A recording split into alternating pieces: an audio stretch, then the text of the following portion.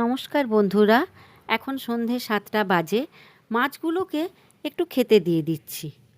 দেখুন, ওরা খাবার দেওয়ার সাথে সাথেই উপরের দিকে উঠে আসছে। প্রতিদিনই সন্ধেবেলায় ওদের সাথে একটু সময় পার করি। আজ একটু ঘরে বানাবো ছোলার ডালের পকোড়া। হাফ পরিমাণ ডাল, লঙ্কা আর নুন দিয়ে আমি আধবাটা করে নিচ্ছি।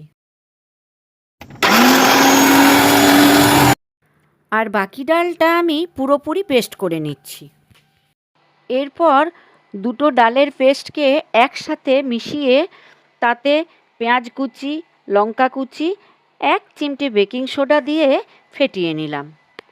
এখানে পরে আমি স্বাদের জন্য আর একটু নুন দিয়েছিলাম।